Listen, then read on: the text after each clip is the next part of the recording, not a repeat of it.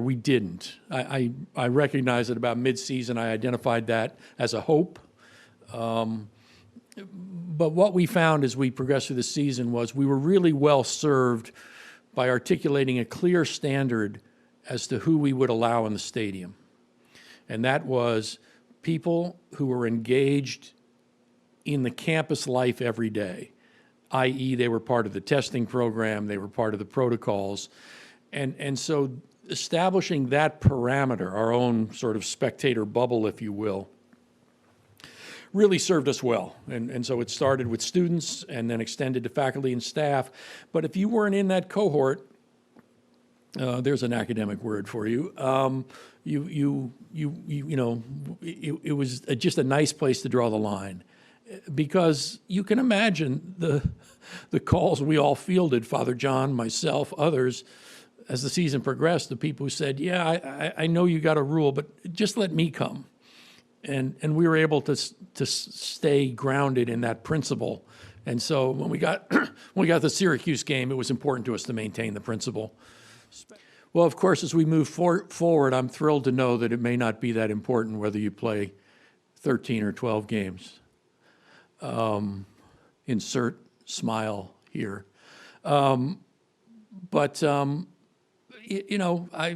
love that the charge to the selection committee doesn't change. It's pick the 4 best teams. How they do that is grounded in the selection procedures that the management committee established, but that's the starting premise. And while this year has maybe created a special challenge for that, maybe there's a future year where some unique circumstance at one school, some tragedy of some nature, impacts that school's ability to play the same number of games. And we'll learn from this experience. But I'm glad there's no exclusion. I'm glad there's no you got to play X. But I think every game you play is important. It represents a data point. And I know the selection committee will use all the data points available to it to pick the 4 best teams in the country.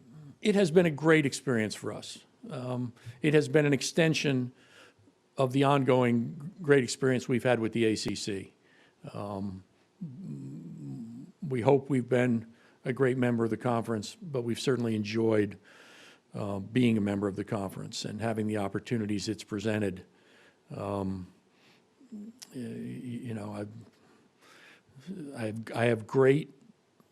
will take with me great memories of our entire conference experience, winning the men's basketball title, the number of women's basketball titles that were won, and in a number of sports, cross country this year, as an example, our success.